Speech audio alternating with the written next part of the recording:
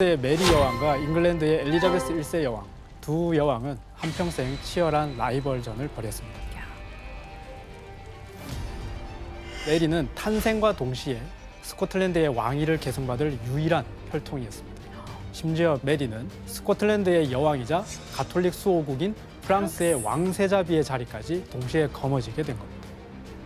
다이아몬드 수저를 물고 태어난 거네요. 반면 시녀의 딸이자 공주 지위를 박탈당하며 힘든 상황에서 여왕의 자리에 오르게 된 겁니다. 심지어 잉글랜드 내에 존재했던 가톨릭 세력은 시녀의 딸이자 사생아라서 왕위 계승권이 없다고 주장했습니다. 엘리자베스 1세 불안했겠네요. 바로 이런 분위기 속에서 두 여왕은 목숨을 건 라이벌전이 시작된 것입니다. 엘리자베스 1세 여왕은 정적을 이용해서 내란을 부추기는가 하며 매혹적인 남자로 상대를 유혹해서 권력에 흠집을 내려고도 했습니다. 그리고 이때 메리가 위기를 느끼게 되는 사건이 발생합니다. 이 스코틀랜드에서는 국정을 운영하기 위해 개신교 세력 귀족들이 자리를 잡았습니다. 그리고 메리는 성에 갇힌 채 강요에 못 이겨 아들인 제임스 6세에게 왕위를 물려주는 양위 문서에 서명하게 됩니다. 그리고 1567년 7월 29일 메리의 뒤를 이어 제임스 6세가 공식적으로 스코틀랜드의 왕이 됩니다. 이 당시 그의 나이는 겨우 1살에 불과했습니다. 그렇다면 이 메리는 감금당한 채 이대로 여왕의 자리를 포기했을까요? 아니에요. 욕심이 많은 사람이에요. 그녀는 자신이 탈출해서 가톨릭 세력과 다시 만나기만 하면 다시 여왕의 자리에 오를 수 있다고 생각했습니다. 그래서 메리는 하녀와 옷을 바꿔 입고 성을 탈출하기로 마음을 먹지요. 그리고 변장 후 세탁물 꾸러미를 들고 성을 빠져나가 배에 올라탔습니다. 와. 하지만 탈출에는 실패합니다. 왜 그랬을까요?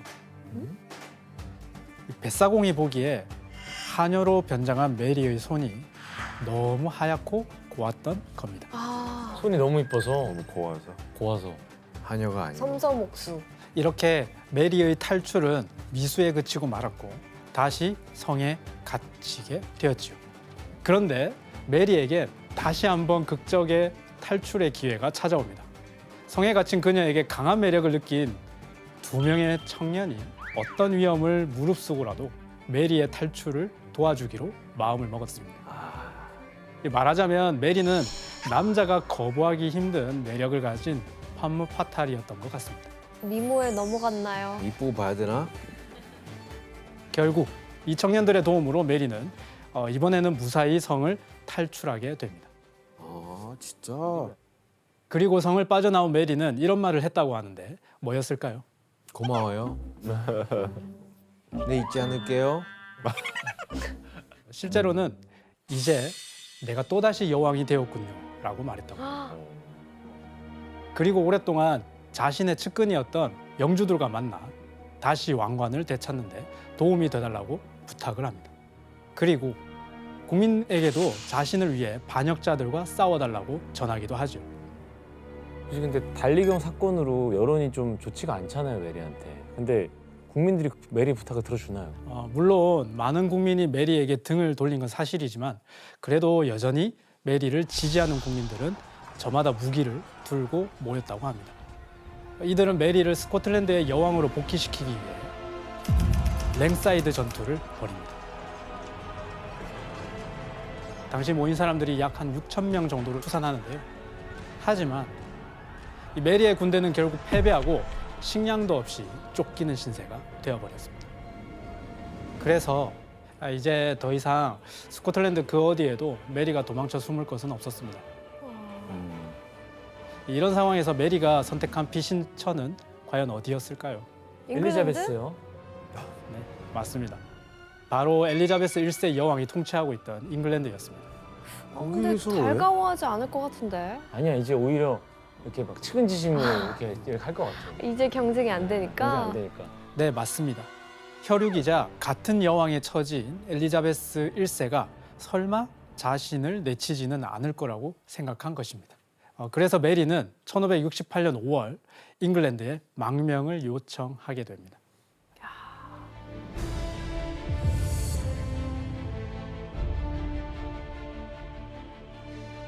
이 엘리자베스 1세의 마음은 매우 복잡해졌습니다.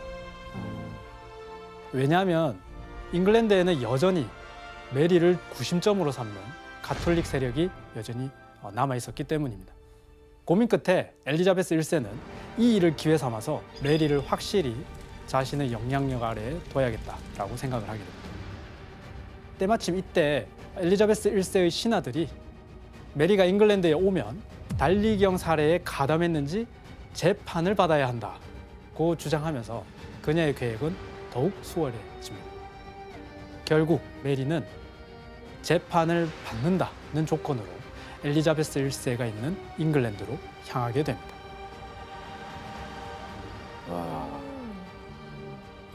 잉글랜드에 도착한 메리는 몇 주간의 기나긴 재판을 받았습니다. 하지만 결백을 제대로 증명하지는 못했기 때문에 엘리자베스 1세의 뜻대로 잉글랜드 성에서 감금 생활을 시작하게 됩니다. 스타 씨, 드디어 이제 메리가 엘리자베스 1세 여왕의 통제 아래 들었습니다. 엘리자베스 여왕은 그러면 이때 메리를 어떻게 대했어요? 꽤 많이 보살폈어요.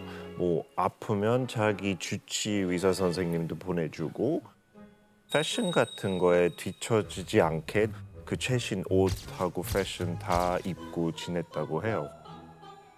돈도 엄청 많이 썼대요. 일주일에 한 2천만 원? 화려한 감옥 생활이었죠. 괜찮네. 교수님, 엘리자베스 1세는 굳이 왜 이렇게까지 메리를 챙기나요? 네, 당시 엘리자베스 1세가 메리의 미모를 질투한다는 소문이 파다했습니다. 엘리자베스 1세는 천연두를 앓고 난 후 생긴 흉터 때문에 얼굴을 하얗게 분칠하고 가발을 썼습니다. 이 외모 컴플렉스가 있을 법한 상황에서 라이벌인 메리가 아름답기로 유명했으니 질투한다는 소문이 났던 거죠. 그래서 이런 소문을 잠재우려고 감금 생활을 하는 메리에게 더 신경을 썼던 것 같습니다. 그런데 당시 엘리자베스 1세는 메리를 한 성에 가만히 두지 않고 여러 성을 옮겨 다니게 했습니다. 무슨 전략이지? 왜냐하면 이 메리에게는 남자들을 끌어다니는 매력이 있다고 했잖아요.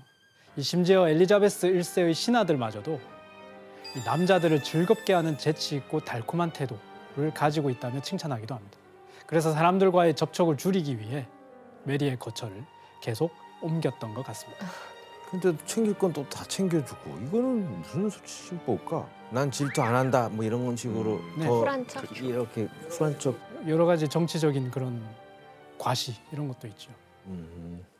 하지만 엘리자베스 1세와 메리의 관계가 더 이상 걷잡을 수 없을 정도로 벌어지는 사건이 발생합니다. 무슨 일이 있었죠? 사건은 메리가 갇혀있던 셰필드 성의 성주와 메리가 불륜 관계다라는 소문에서 시작이 됩니다. 뭐 이렇게 스캔들이 많네요, 메리는. 네. 하지만 소문은 성주 아내의 의심일 뿐 사실은 아니었습니다. 그런데도 엘리자베스 1세는 이 소문을 잉글랜드에 온 외국의 대사들에게 공공연히 말하며 소문을 직접 퍼뜨렸다고 합니다. 대체 엘리자베스 1세는 왜 사실무근의 소문을 전한 걸까요? 흠집내기를 하는 거죠. 그렇죠. 이미지 안 좋아지게. 네, 맞습니다. 아마 그녀는 메리가 가진 적통의 고귀한 혈통과 교양을 갖춘 여왕이라는 이미지를 깎아내리고 싶었던 것 같습니다. 이 메리가 아닌 엘리자베스 1세 자신이 잉글랜드의 여왕에 더 어울린다는 것을 은근히 알리고 싶었던 것이죠. 이 사실을 알게 된 메리는 가만히 있지 않고 즉각 반격에 나섰는데 어떤 방법을 썼을까요? 똑같이 하겠죠, 흠집내기. 그렇죠. 흠집내겠죠. 그녀는 엘리자베스 1세에 대해서 세간에 떠돌던 추문을 편지로 써서 보냅니다. 엘리자베스는 다리에 종기가 나 있다는 것이다. 아버지로부터 매독이 전염됐다는 암시이다. 그래서 출산의 능력을 잃어버렸다. 그런데도 그녀는 남자들에 대한 욕망을 버릴 줄 모른다.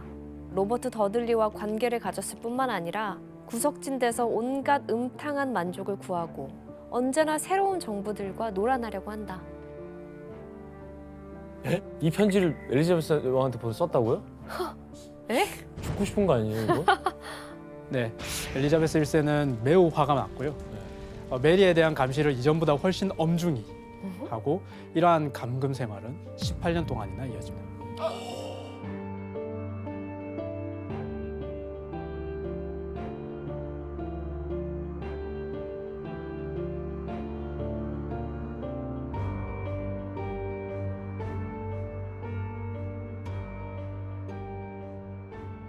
아니 근데 애초에 여기를 넘어온 게 잘못된 것 같아. 이제 메리는 모든 것을 포기한 듯이 엘리자베스의 인정에 호소합니다. 자신은 어떠한 왕국도 희망하지 않는다며 더는 감금 생활을 참을 수 없어서 조용한 곳으로 떠나 살겠다고 전한 겁니다.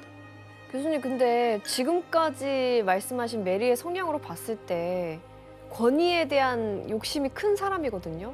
근데 이렇게 그냥 허무하게 포기를 하는 건가요?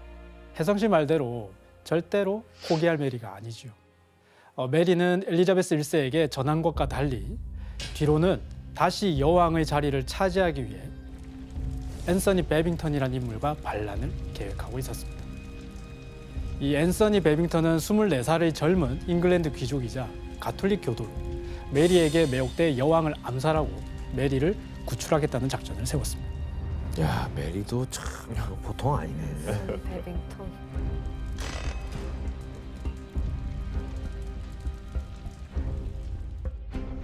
이후 두 사람은 맥주통 마개에 편지를 숨겨 주고받으면서 계획을 짜기 시작합니다. 자, 그런데 이 반란의 내용을 담은 편지가 엘리자베스 1세에게 적발되고 맙니다. 와. 하지만 메리는 자신은 그런 적이 없다고 발뺌을 하는데요. 그럼 여기서 문제를 하나 낼게요. 엘리자베스 1세의 암살 계획이 담긴 편지가 적발된 상황에서도 메리가 당당할 수 있었던 이유는 과연 무엇일까요? 정답. 네, 지원 씨. 베빙턴이 메리에게 쓴 게 아니에요. 메리에게 쓴 게 아니다.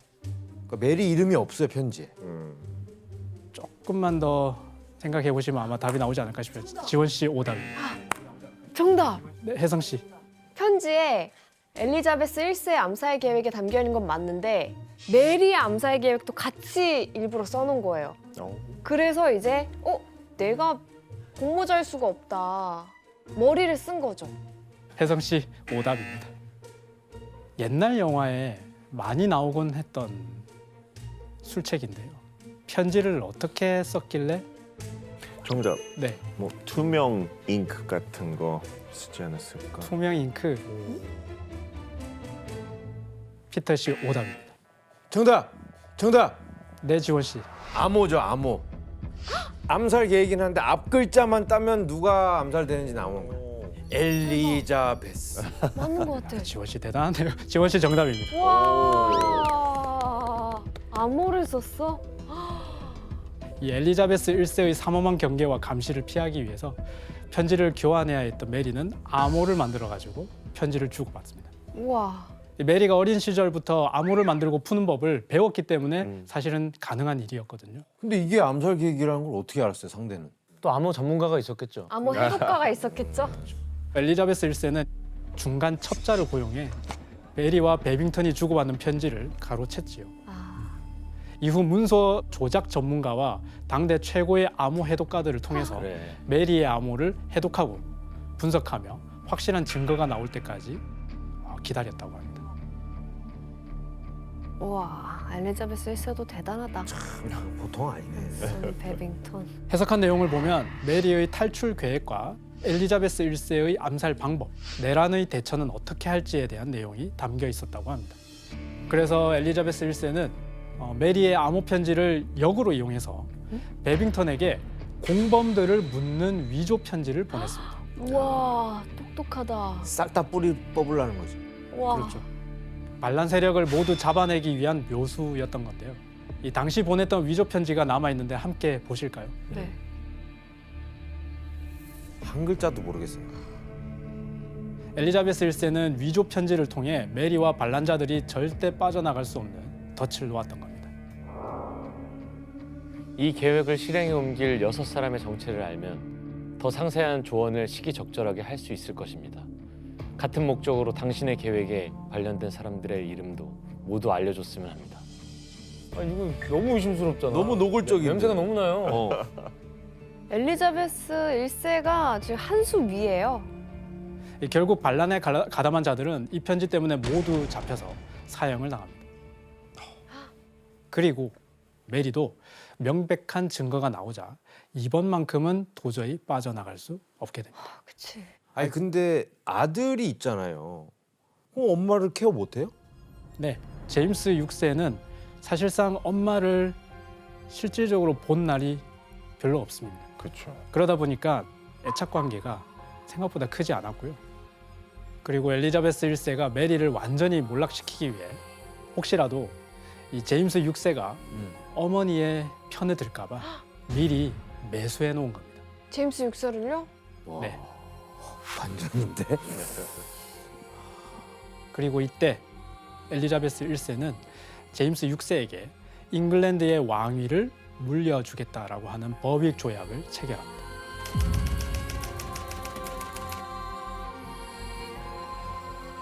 단 여기에 메리의 석방에 대한 조항은 포함되어 있지 않았습니다.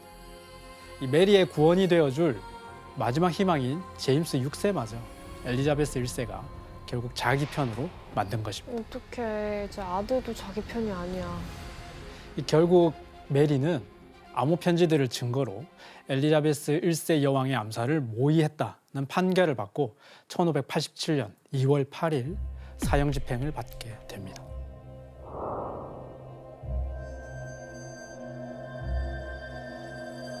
이 메리는 붉은색 드레스를 입었는데 이 붉은색은 가톨릭에서 순교를 상징하는 색으로 메리는 이 옷을 통해 자신은 결백한 가톨릭의 순교자라고 말하고 있었던 겁니다. 저기 지금 도끼를 들고 내리치려는 거잖아요. 저게 한 번에 돼야 되는데. 이 처형의 순간이 다가오자 메리는 주여 당신께 내 영혼을 맡기나이다를 끊임없이 말하고 있었습니다. 이로써 파란만장했던 스코틀랜드의 여왕 메리의 45년간의 삶이 끝을 맺게 되지요.